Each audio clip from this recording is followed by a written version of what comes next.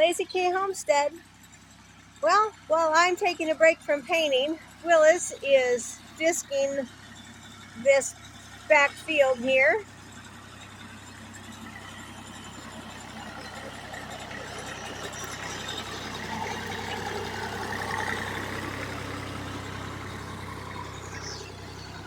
He put those two heavy logs on there. Wow, look how nice and deep that's getting. Nice. He's gonna sow some winter wheat and fertilizer. We are gonna use commercial fertilizer, 13-13-13, and use this as a cover crop this year. And I think we're gonna try to sow this entire area here in corn next year. Thought you guys would like to see that. You know, you don't have to have a brand new tractor and a brand new disc, and you can just use what you can find. I mean, I'm sure Geraldine, the tractor, is just tickled that she is still in use after all these years, because she doesn't skip a beat. She just does the job. Of course, we have the four-wheeler over here. He brought the stuff, the 13-13-13 fertilizer in the winter wheat, and he is going to hand spread this today. He was going to put it in our sower, but one of the tires is flat and we don't have time to run to Crossville, which is about 20 miles, so it won't hurt us to do it the old-fashioned way.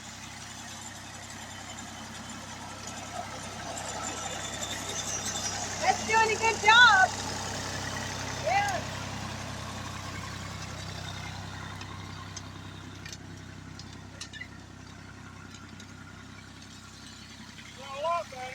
Yeah, it's doing a great job. Wow. That is awesome.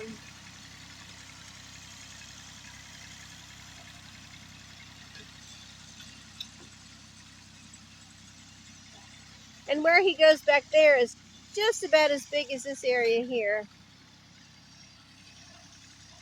We've still got to get a lot more clearing done. But I'm going to go ahead and close for now. And we'll be back when he starts to spread it. And I'm going to go see what Brady's barking at.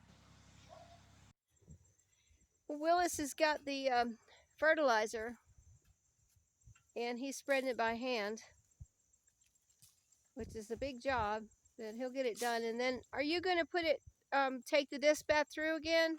Yeah. And he'll disc it down in there. And then we'll sow the winter wheat on top of that. This ground is pretty poor. We just had it cleared last year. And did we put any mushroom dirt over here? I didn't. Okay, yeah, I wasn't sure. No. Or not. So we did sow some grass seed over here just to keep the erosion, because as you can tell, it kind of slopes.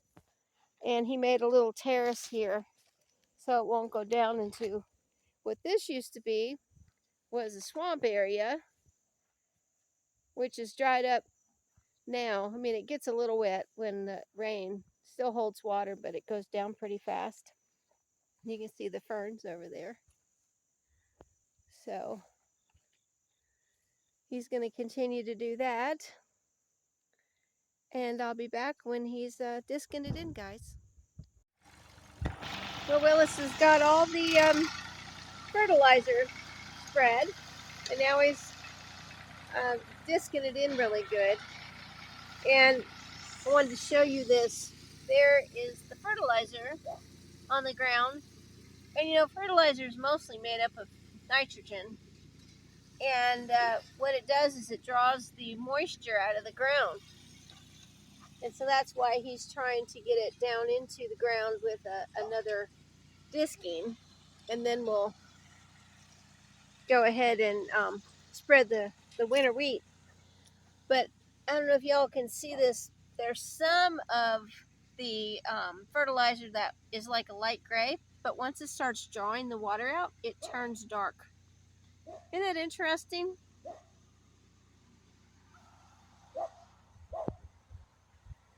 Just the little things that you see on the homestead and you learn different things. And I just like to share, what we learn and know and learn from our grandparents and our parents. I guess I better get out of the way or I'm going to be stiff centered.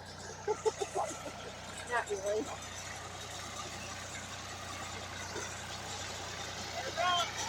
I see ya. I got out just in time.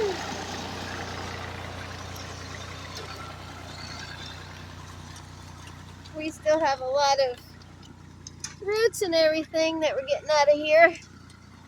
It'll take probably a year or so before we get everything out of here. But we started this property with, it was raw land. So every garden that you see that we have, we've cleared it. And we've had some people come in and clear it for us, and we've cleared it ourselves.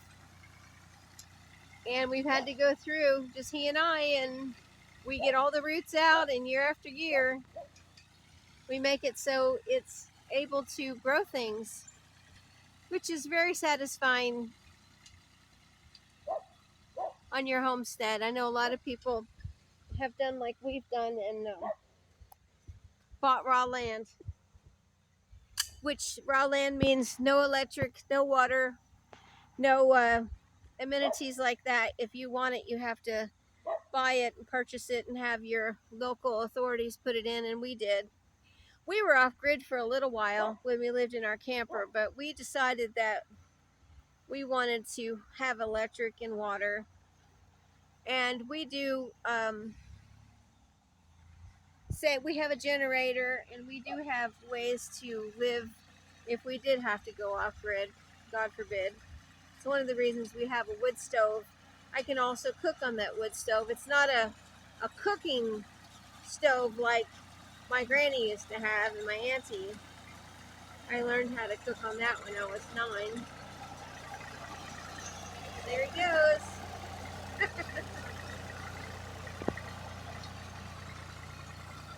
My farmer man.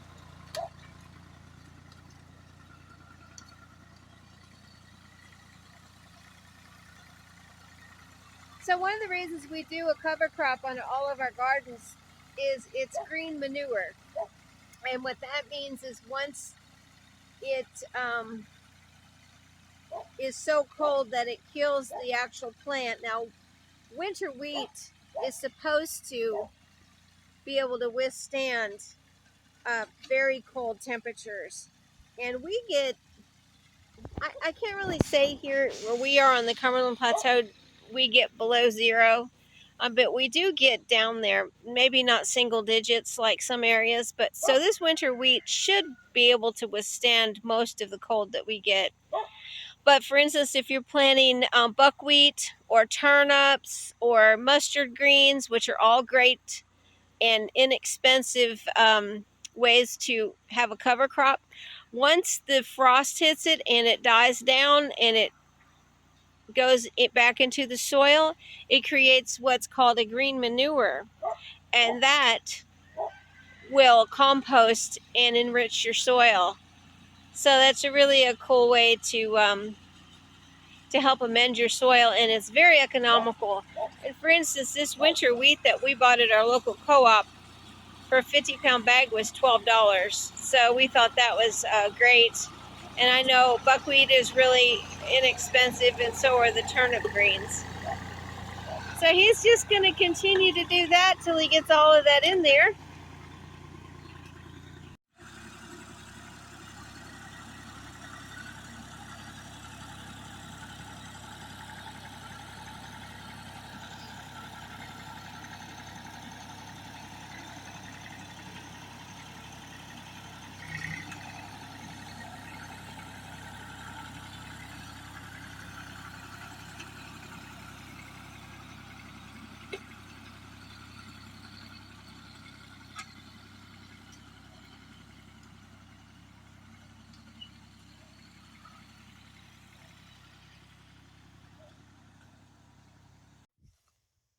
And here's another one of our gardens, and we're sowing turnip tops on this as a cover crop. And like I said earlier, once the frost hits it, it'll die back and compost into green manure. So we're opening one of the winter wheats, and the winter wheat that you buy at your local feed store is not for food consumption. For what I understand, they spray it with a germinating substance, and I don't know what that is, but that's what I understand. So it's not the same like if you were to buy wheat berries to grind flour. Oh yeah, look at that. And that's the red winter wheat, I think. So we're just gonna pour that in there and spread it by hand again. What that was? Probably be spiders. Down in there? I hope not, because you don't want to get your hand down in there. See, it's dirty and stuff. Just comes right out of the field. Yeah, I wouldn't want to make bread out of it. A lot of holes in there too. Yeah.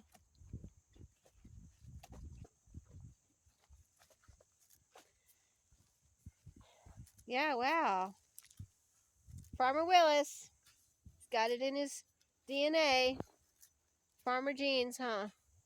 Feeding the deer. Oh, they'll be out here tonight going, oh, this is great. When it starts growing, they will. Yeah. Well, somebody will probably be out here tonight munching on these.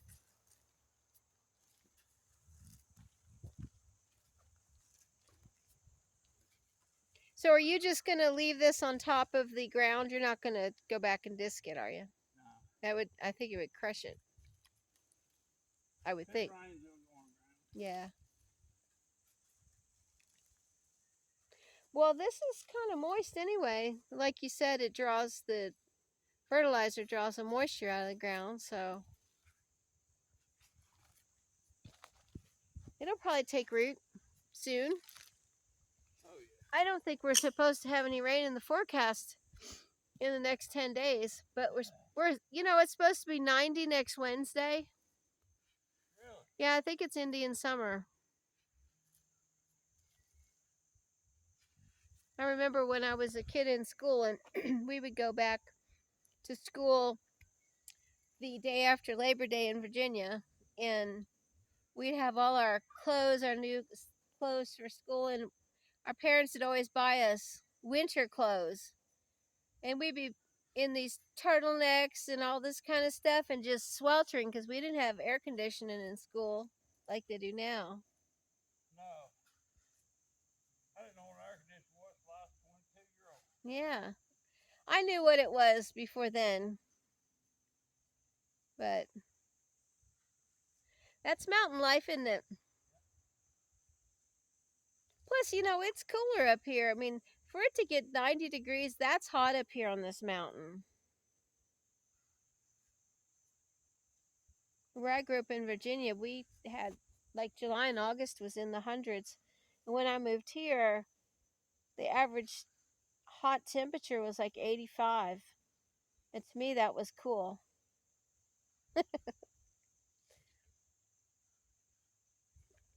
So this is what it looks like, guys.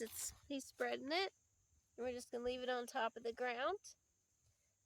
And I will bring another video at a later date when it starts to sprout. And we'll see how this winter wheat goes as a cover crop. Pretty cool, huh? Well, have a great day. And like, share, and subscribe if you would. And I'm going to get back to painting. Bye, Willis. Have a great night.